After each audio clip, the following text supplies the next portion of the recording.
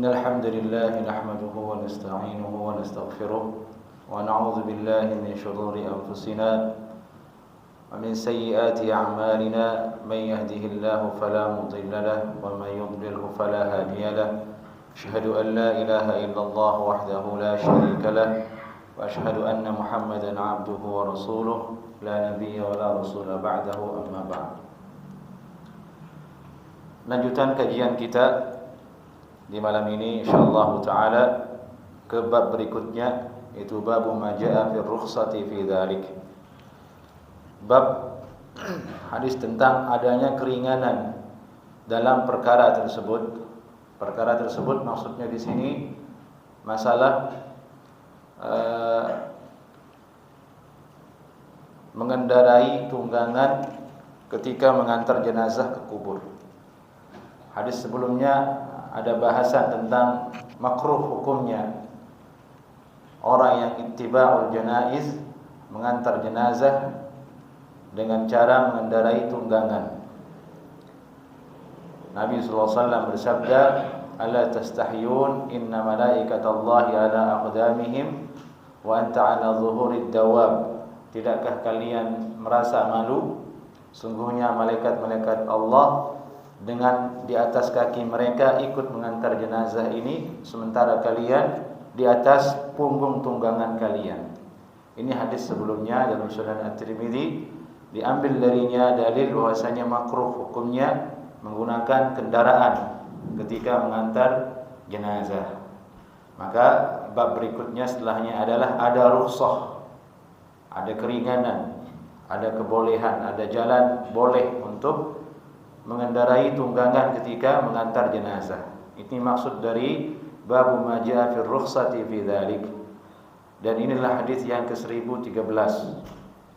Qala haddatsana Mahmud ibn Ghailan qala haddatsana Abu Dawud qala haddatsana Syu'bah an Simak qala sami'tu Jabir bin Samurah yaqul kunna ma'an Nabi sallallahu alaihi wasallam fi janazati Abi Dahdah wa huwa ala farasin lahu yas'a wa nahnu hawlahu wa huwa yatawaqqasu bihi.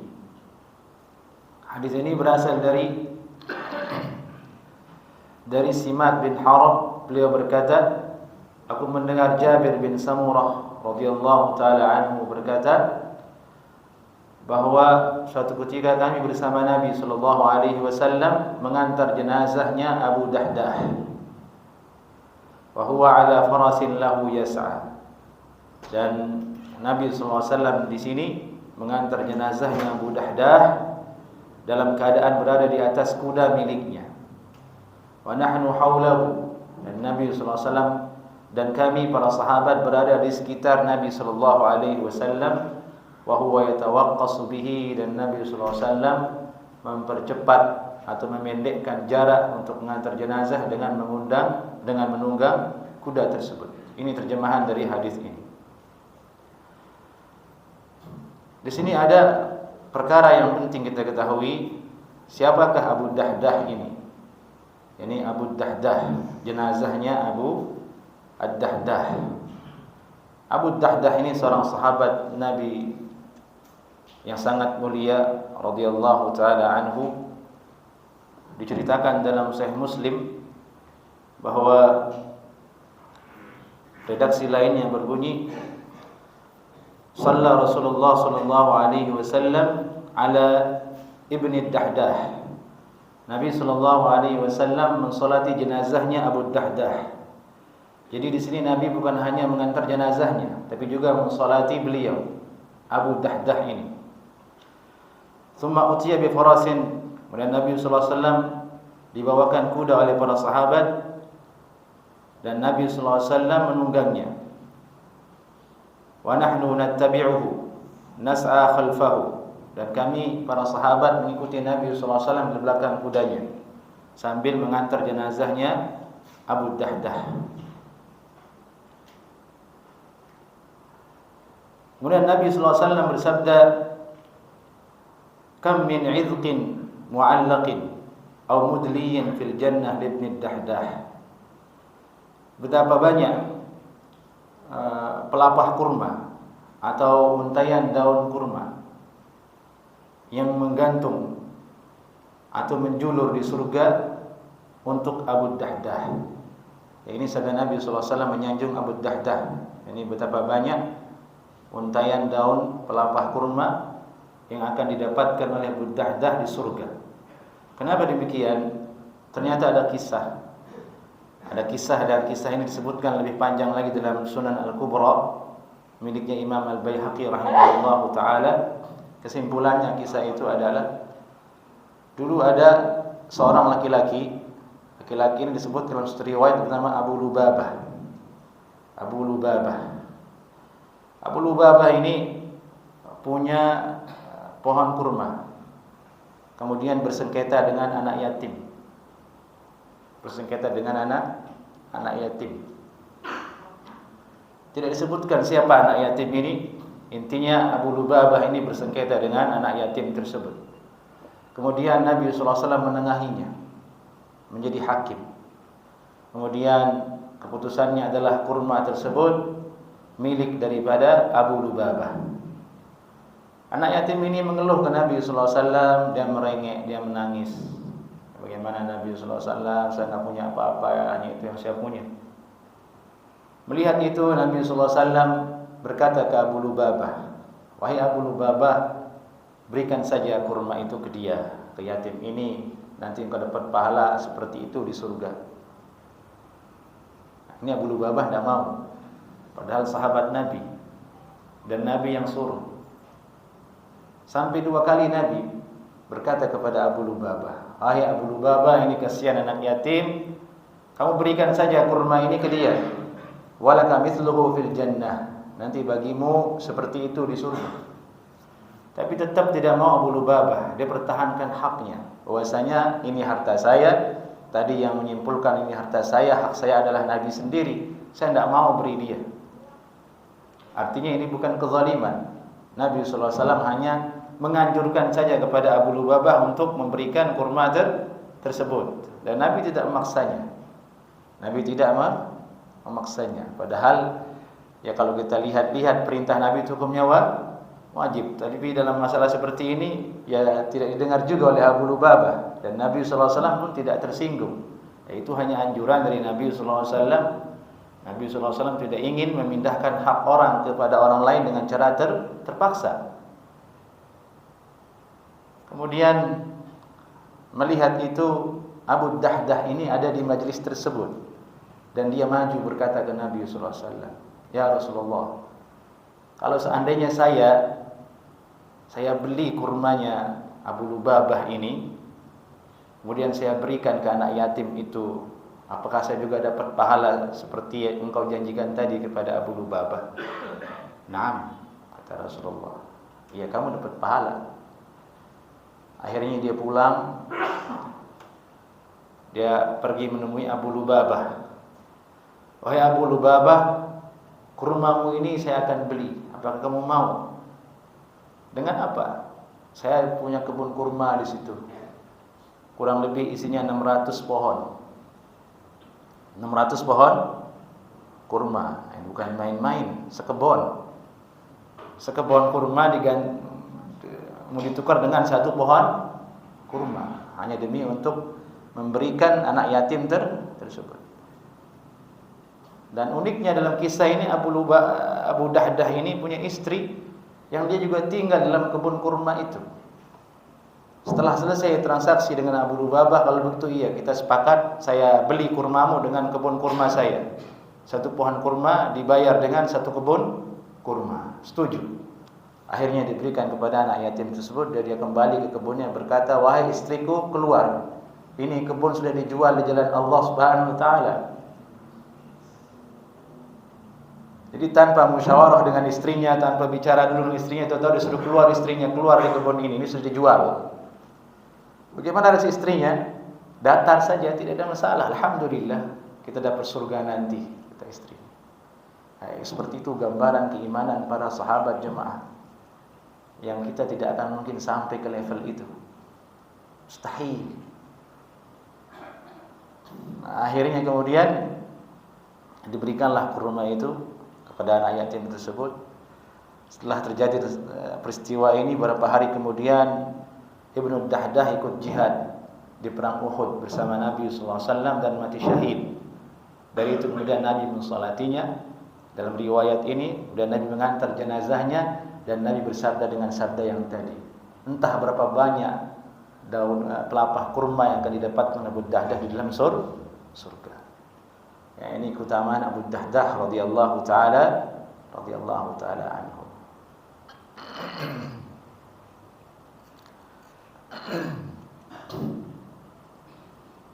Baik.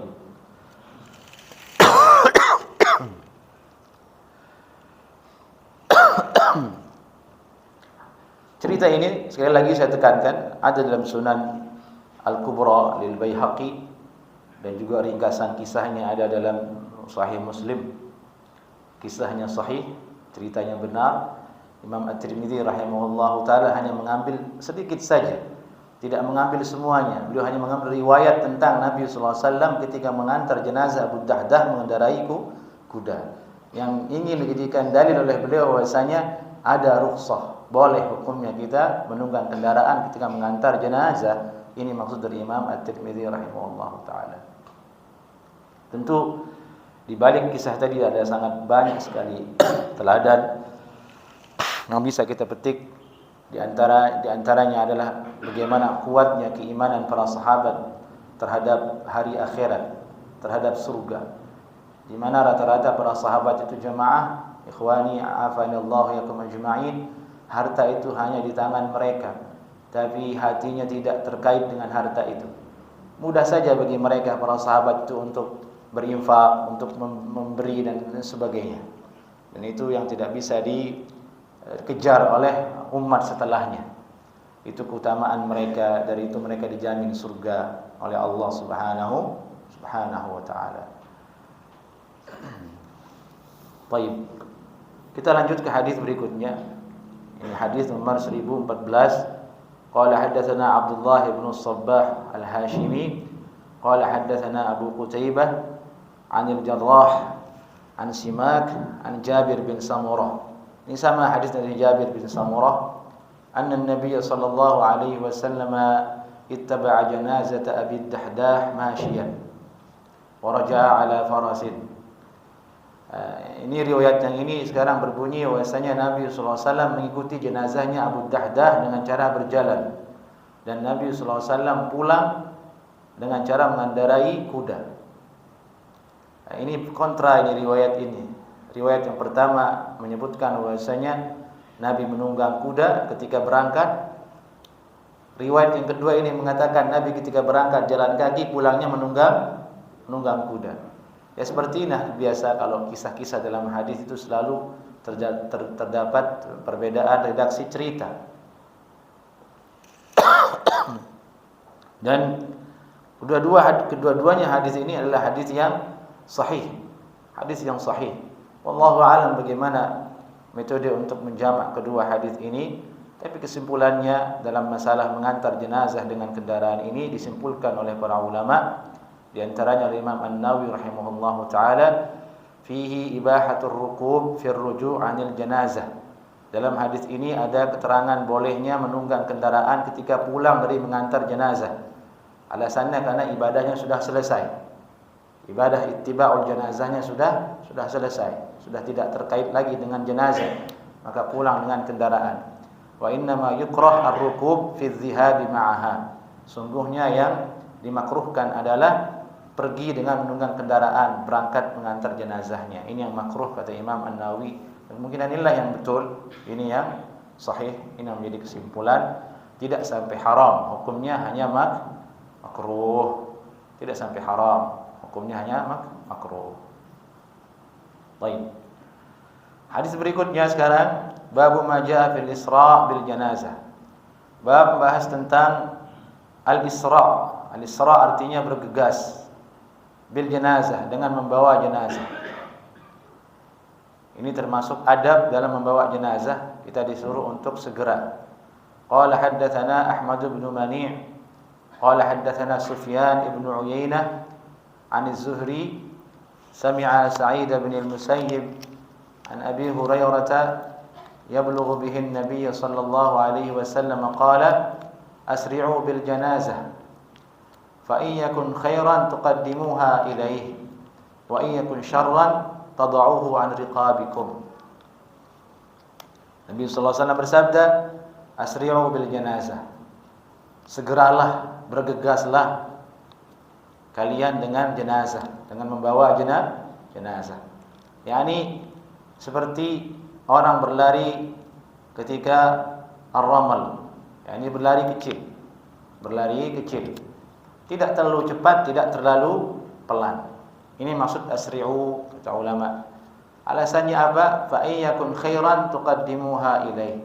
Kalau seandainya jenazah ini jenazah yang baik, maka engkau menyegerakan dia kepada kebaikan.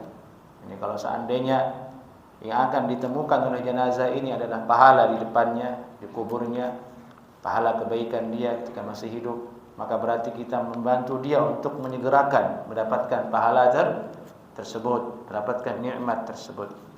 Wa iyyakun syarran, kalau seandainya yang akan dia temukan adalah keburukan, atau jika seandainya jenazah ini buruk, banyak maksiatnya, tad'uhu 'an riqabikum, berarti engkau segera melepaskan keburukan di leher-leher kalian, yakni di pundak-pundak kalian.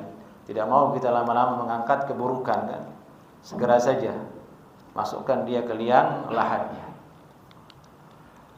Dan kita tidak tahu keadaan jenazah ini, apakah dia baik ataukah dia buruk. Tapi dengan segera membawanya masuk, kita mendapatkan sekaligus dua hikmah tersebut.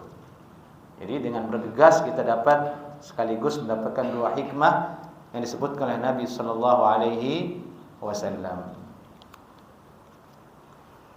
Lalu bagaimana hukumnya bersegera membawa jenazah ini, berjalan dengan bergegas? Hukumnya sunnah kata ulama.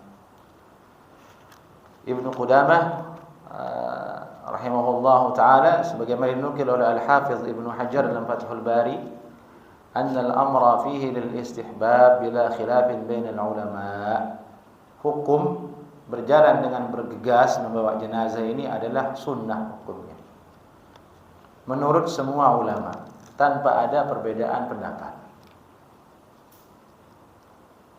Bukan wajib. Dan ini salah satu bentuk masalah yang perlu kita cermati. Tidak semua ternyata perintah dari Nabi sallallahu alaihi wasallam itu langsung hukumnya menjadi wajib.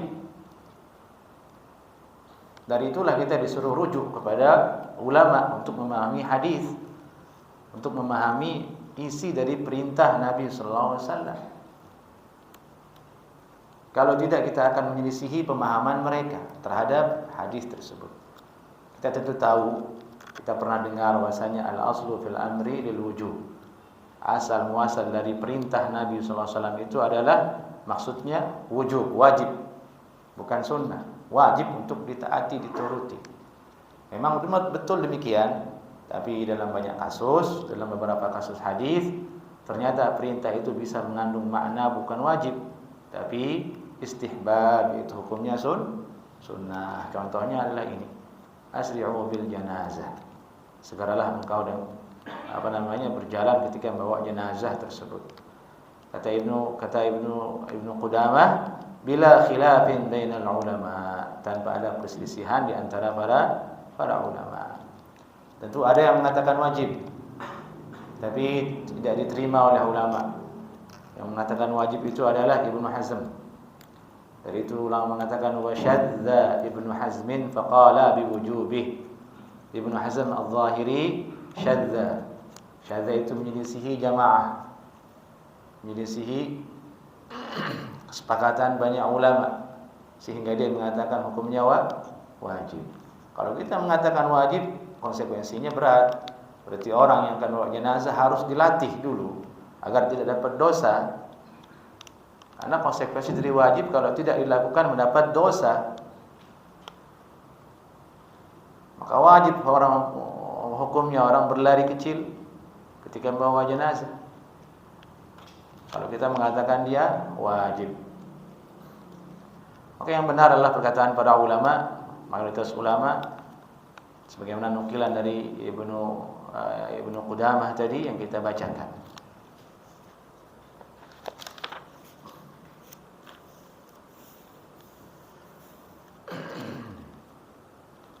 Kemudian kita lanjut ke hadis berikutnya.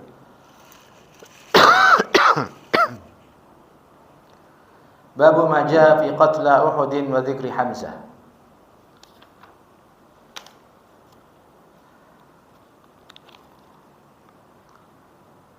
Bab pembahasan tentang qatla Uhud,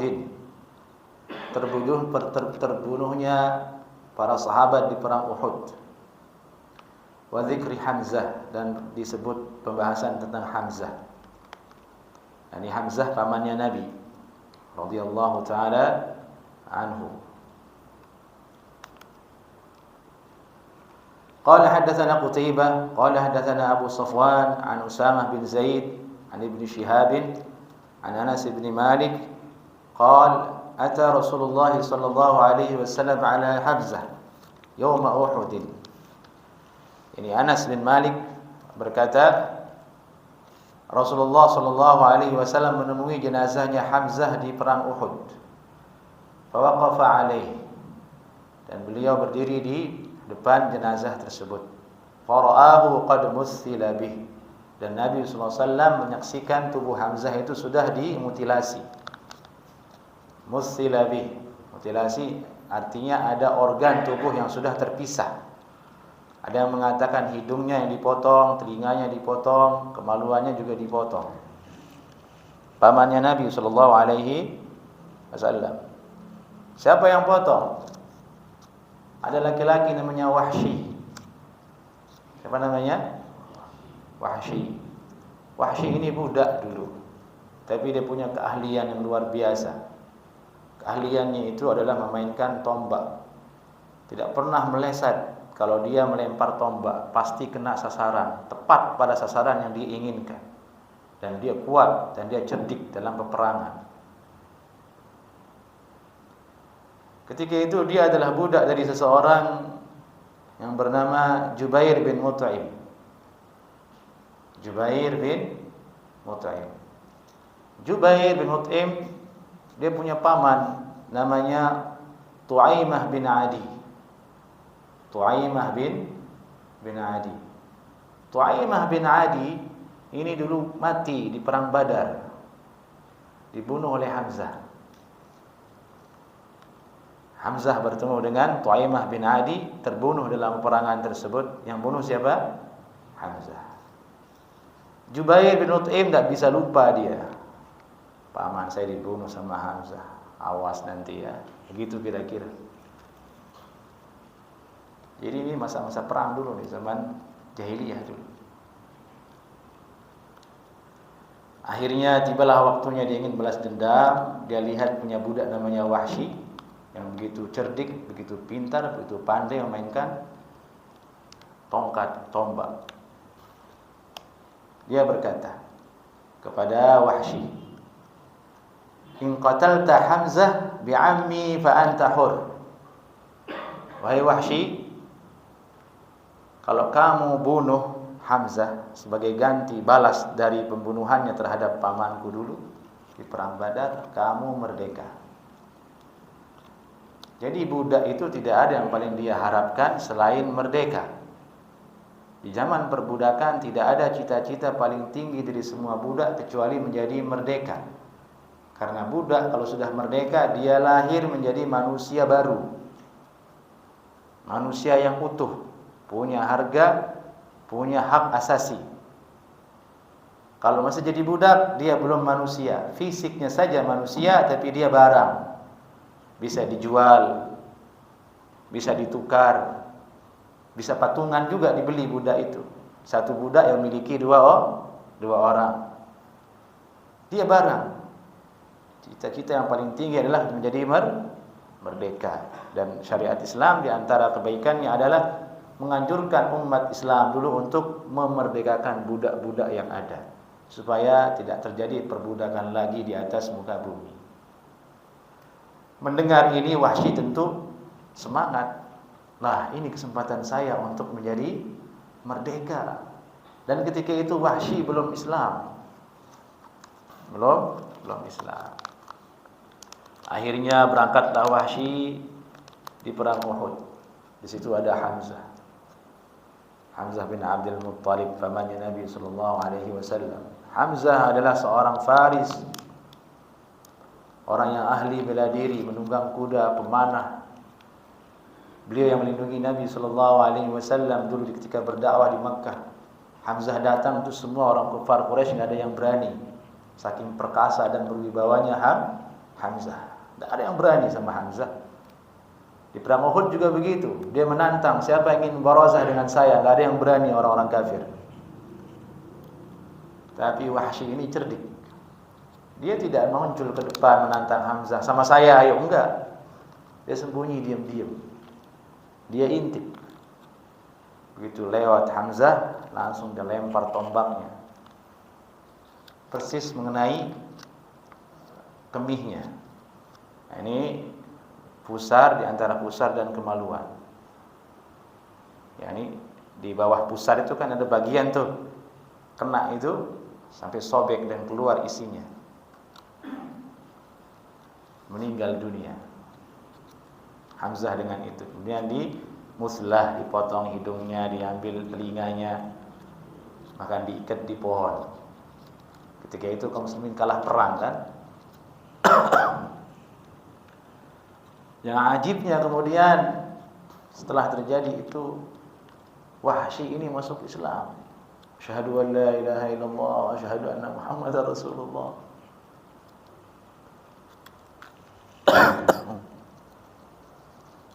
Sampai akhirnya tiba waktu kemudian Wahsy ini pergi ke Taif dan bertemu dengan Nabi sallallahu alaihi wasallam. Datang menemui Nabi sallallahu alaihi wasallam karena sudah muslim. Ini anta Wahsy, kata Nabi sallallahu alaihi wasallam. Kamu Wahsy? Naam, iya, saya Wahsy. Kamu itu yang bunuh Hamzah? Iya. Sebagaimana yang engkau dengar dan sebagaimana cerita yang sampai kepadamu wahai Rasulullah sallallahu alaihi wasallam, ini saya Wahsy. Nabi sallallahu alaihi wasallam bersabda kemudian, "Fahal tastati an taghib wajhaka anni?" Ya, apakah kamu bisa untuk tidak menampakkan wajahmu di depan saya? Hanya itu sabda Nabi. "Fahal tastati", apakah kamu bisa untuk tidak menghadapkan wajahmu ke saya? Jangan ke sini gitu. Jangan nongol kalau bahasa kita. Hanya itu sabda Nabi sallallahu alaihi wasallam, fa kharaja. Akhirnya Wahsy pergi. Jadi sempat bertemu dengan Nabi, berbicara dengan Nabi. Itulah mengatakan Wahsy ini sahabat Nabi. Padahal dulu dia membunuh pamannya Nabi. Unik ya. Subhanallah.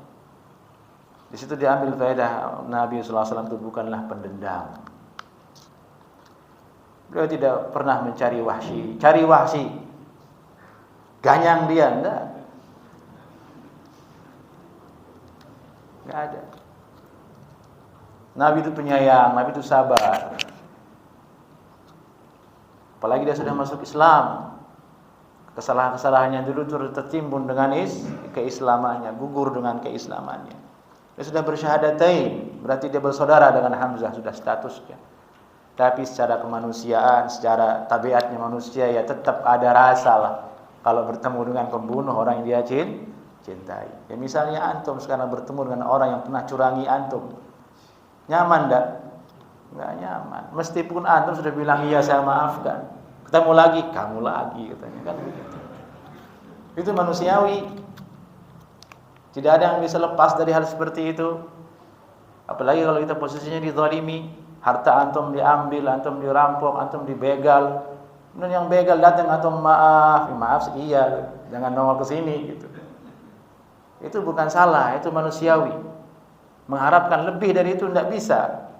Nabi sallallahu alaihi wasallam sendiri sampai bersabda seperti itu. Wahsy datang bagus-bagus, Nabi bersabda, "Bisa enggak kamu jangan tampakkan wajahmu?" Karena mengingat bagaimana keadaan Hamzah yang terbunuh dengan cara yang mengerikan sekali oleh Wahsy tersebut.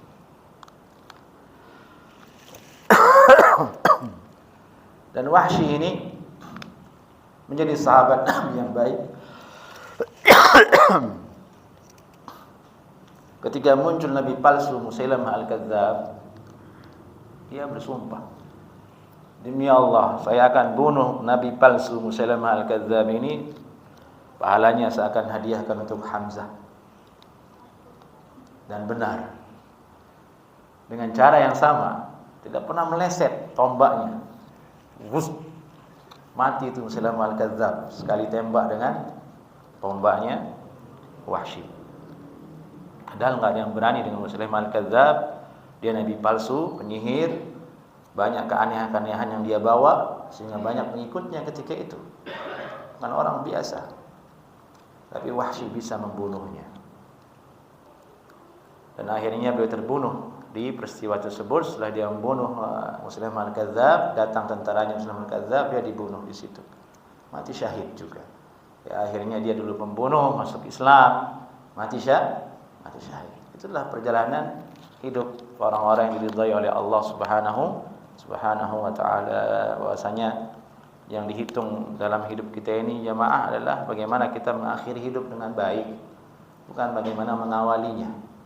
Tidak peduli kita itu seperti apa di zaman dulu, penuh maksiat, penuh dosa, penuh kekurangan. Yang paling penting kita lihat bagaimana kita mengakhiri hidup kita dengan kebaikan, dengan taubat, dengan mendekatkan diri kepada Allah Subhanahu wa taala. Orang yang paling rugi dan ruginya adalah yang sebaliknya. Itu orang-orang yang mengakhiri hidupnya dengan cara yang tidak baik.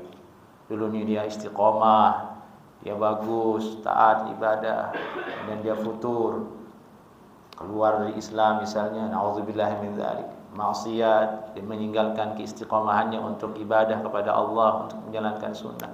Itu hal yang mengerikan. Dan itu bisa terjadi dan menimpa seseorang. Nauzubillah min dzalik.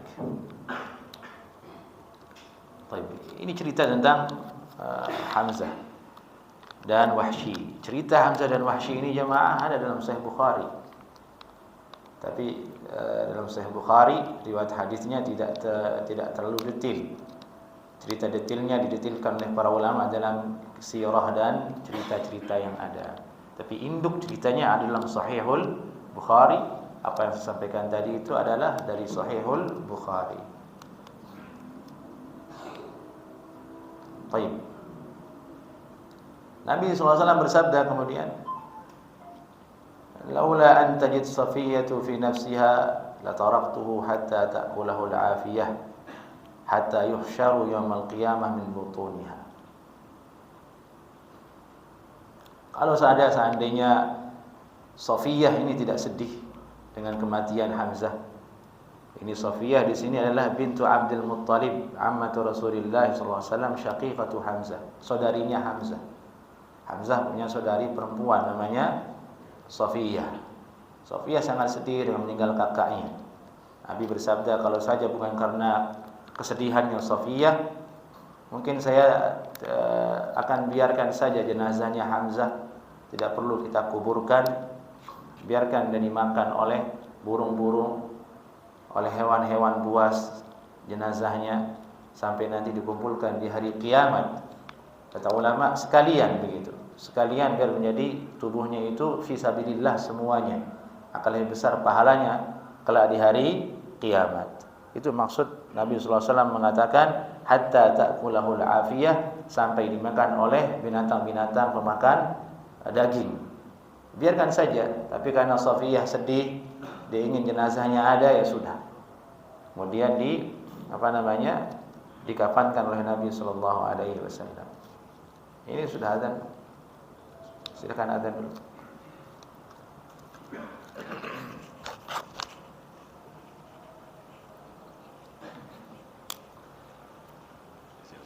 تفضل.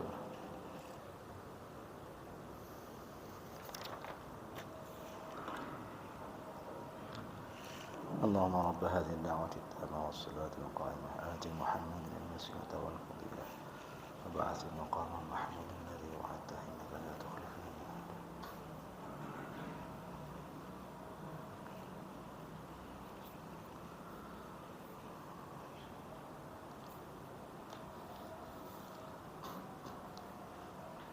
Baik, kita lanjutkan hadisnya. Qala thumma da'a bi amiratin fakaffanahu fiha.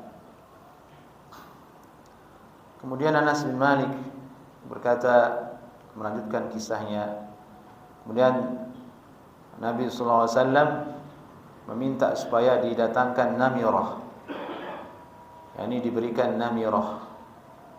Namirah ini sejenis bahan pakaian,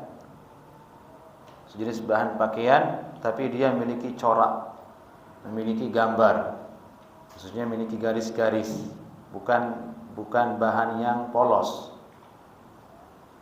Fakaffanahu fiha. Hamzah radhiyallahu anhu kemudian dikain-kafankan dengan namirah tersebut. Ukuran namirah ini di sini disebutkan, fakanat idza muddat ala ra'sihi badat rijlah. Namirah ini kalau ditarik untuk menutup kepala Hamzah radhiyallahu anhu, maka kakinya yang kelihatan. Wa idza muddat ala rijlaihi bada ra'suhu. Kalau ditarik ditutup kakinya, tidak cukup kepalanya yang kelihatan. Maksudnya tidak sampai menutupi seluruh tubuh Hamzah radhiyallahu anhu, menunjukkan keterbatasan kain bahan ketika itu untuk mengkain kafankan beliau. Sehingga dipilih pun namirah, bukan yang polos, tapi pakaian yang bahan yang memiliki gambar dan corak. Dari itu kain kafan tidak harus polos. Sunnah hukum yang polos putih sebagaimana yang kita bahas pada pertemuan sebelumnya. Tapi kalau dalam keadaan normal insyaallah banyaklah, itulah yang kita ambil. Itulah yang paling bagus, al-bayad, warna putih, dan itu perintah Nabi sallallahu alaihi wasallam. Tapi dalam keadaan darurat tidak ada warna putih, boleh yang warna lain atau bercorak sebagaimana hadis ini menunjukkan hal itu.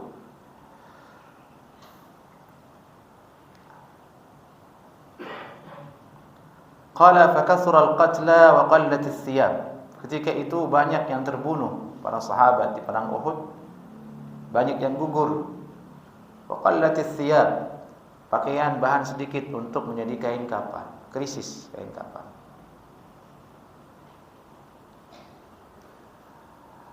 Qala fakuffina ar-rajulu war-rajulani wath-thalathatu fi thawbil wahid. Akhirnya satu orang, dua orang dan tiga orang dikain kafankan dengan satu kain kafan.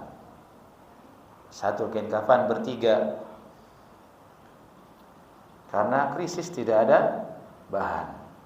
Dalam keadaan carut marut, kalah perang dari kufar Quraisy di perang Uhud tersebut.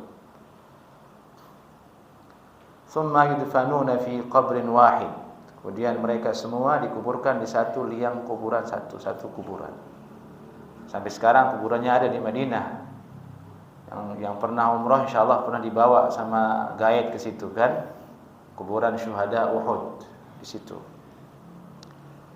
Faja'ala Rasulullah sallallahu alaihi wasallam yas'alu anhum. Kemudian Nabi sallallahu alaihi wasallam mulai bertanya, menanyakan tentang jenazah-jenazah yang akan dimasukkan ke dalam liang lahat ini. Ayyuhum aktsaru Qur'anan. Siapakah yang paling banyak Qur'annya? Siapa yang paling banyak hafalan Al-Qur'annya di antara jenazah ini?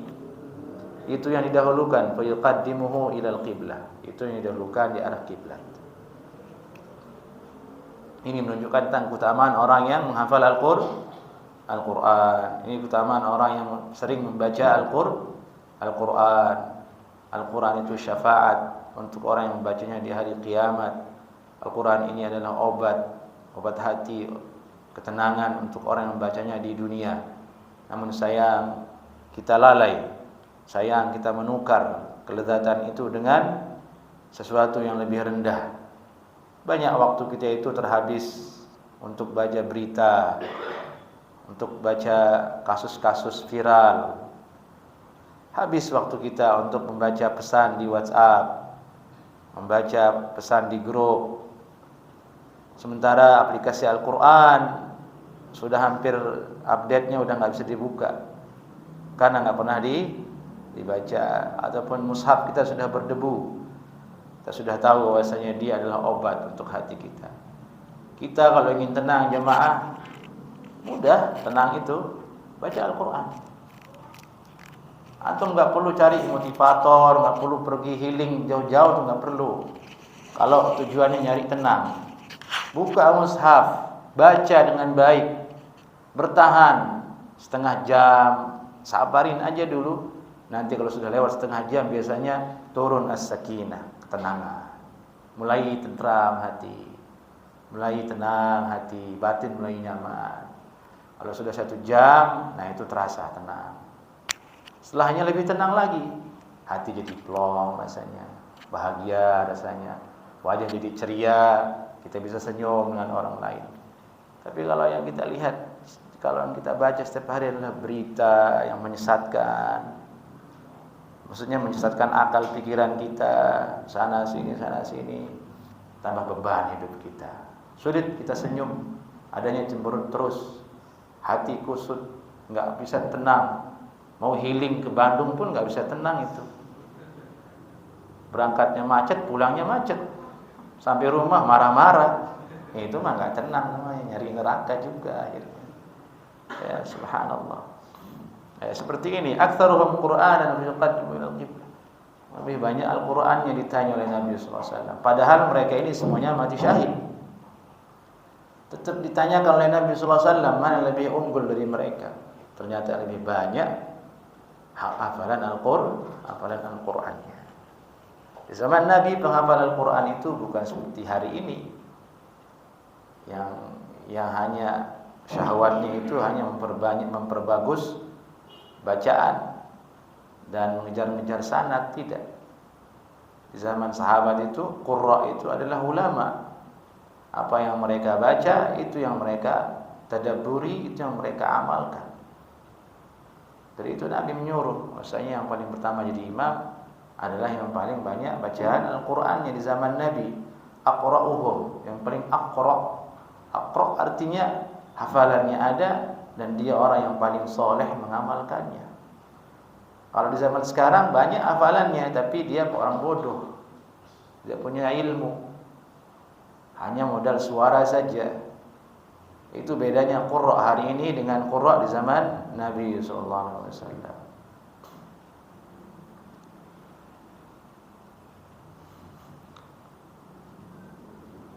Fadafanahum Rasulullah sallallahu alaihi wasallam wa lam yusalli alaihim.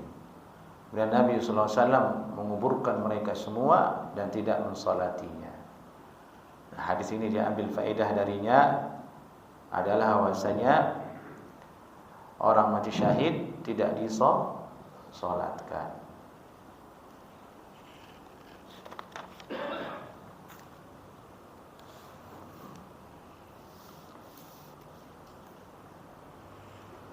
Hadis berikutnya babun akhar. Qala haddatsana Ali bin Hujr qala akhbarana Ali bin Mushir an Muslim al-A'war an Anas bin Malik qala kana Rasulullah sallallahu alaihi wasallam ya'udul marid. Dari Anas bin Malik beliau berkata, menceritakan bagaimana akhlaknya Rasulullah sallallahu alaihi wasallam. Rasulullah sallallahu alaihi wasallam ya'udul marid, menjenguk orang yang sakit. Padahal beliau nabi. Dia jenguk orang yang sakit, sahabatnya yang sakit, dia datangi, dia jenguk.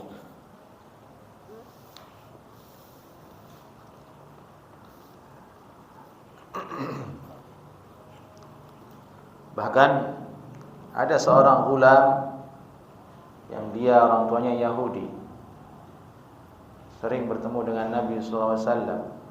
Dia sakit, dijenguk sama Nabi sallallahu alaihi wasallam. Sampai akhirnya dia masuk Islam anak itu.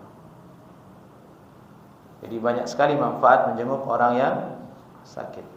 Di antaranya yang paling nampak adalah mendorong supaya yang sakit itu cepat sembuh. Diberikan spirit dan semangat, diberikan pesan-pesan yang menggembirakan. Untuk bayangkan yang jenguk adalah Nabi, orang yang paling mulia, langsung sehat itu insyaallah. Ibaratnya anak muda sakit dijenguk sama pacarnya kan begitu, langsung sehat dia. Ibaratnya antum dijenguk sama bos antum di PT, langsung sehat antum. Bagaimana kalau Nabi sallallahu alaihi wasallam yang menjenguk? Ya langsung sehat itu sahabat. Wa yashhadul janazah. Nabi sallallahu alaihi wasallam menyaksikan jenazah. Alam jenazah beliau datang saksikan. beliau mensolatinya kalau sempat, beliau mengantar jenazahnya sallallahu alaihi wasallam. Ini akhlak beliau sallallahu alaihi wasallam. Wa yarkabul himar, dan Nabi sallallahu alaihi wasallam naik himar. Himar itu keledai. Di zaman Nabi tunggangan itu ada banyak jenisnya. Ada onta, ada kuda, ada keledai. Yang paling rendah itu keledai. Yang paling butut kalau di hari ini itu. Mobil mewah, mobil biasa, motor butut. Nabi pakai itu, coba bayangkan. Yarkabul himar. Tidak ada Nabi jaga image itu, tidak ada Nabi sallallahu alaihi wasallam. Berbeda dengan kita. Baru sedikit terkenal udah naik Mio malu. Pasar malu. Mengantar jenazah aja malu, padahal apa yang dimalukan? Itu dari syaitan semua. Baru numbuh jenggot malu naik motor. Apa-apaan itu? Apalagi pesantren tuh biasanya, pulang dari pesantren, anak-anak muda di pesantren, di rumah aja itu. Dia ngerasa dirinya kayak waliullah itu. Malu, semuanya malu. Dia hidup di dunia sendiri, dia belum baca mungkin hadis ini Nabi itu seperti itu. Nah, itu nasihat khusus untuk anak pesantren, yang SMP, yang SMA, anak antum diingatkan, jangan malu. Itu baru SMA, belum dapat ilmu aja udah malu seperti itu. Gimana kalau jadi udah dapat ilmu? Nabi sallallahu alaihi wasallam yarkabul himar. Nabi mengajarkan kepada umatnya agar seperti itulah semestinya kita bersikap, membaur dengan masyarakat apa adanya. Tidak perlu ada yang kita buat-buat, tutupi-tutupi, agar sama zahir dan batin kita. Jangan terbalik. Zahir kita yang bagus, batin kita bobrok. Wal'iyadzubillah min dzalik. Harus seimbang, bahkan lebih bagus kalau batin kita lebih bagus daripada zahir kita. Wa yujibu da'watal 'abdi, dan beliau menjawab undangan hamba atau budak kalau ada yang mengundang beliau sallallahu alaihi wasallam. Maksudnya orang-orang yang di bawah standar lapisan masyarakat saja Nabi datang kalau diundang. Ini ketawaduan Nabi sallallahu alaihi wasallam, dan agar kita seperti itu. Ini tawadhu sebagaimana Nabi kita tawadhu sallallahu alaihi wasallam. Baik ikhwah, sampai di sini kajian kita dulu. Insyaallah hadis berikutnya nanti kita lanjutkan bismillah. Semoga Allah menyembuhkan kaum muslimin dari penyakit-penyakitnya. Semoga Allah sembuhkan kita dari penyakit-penyakit kita. Amin ya rabbal alamin. Assalamualaikum warahmatullahi wabarakatuh.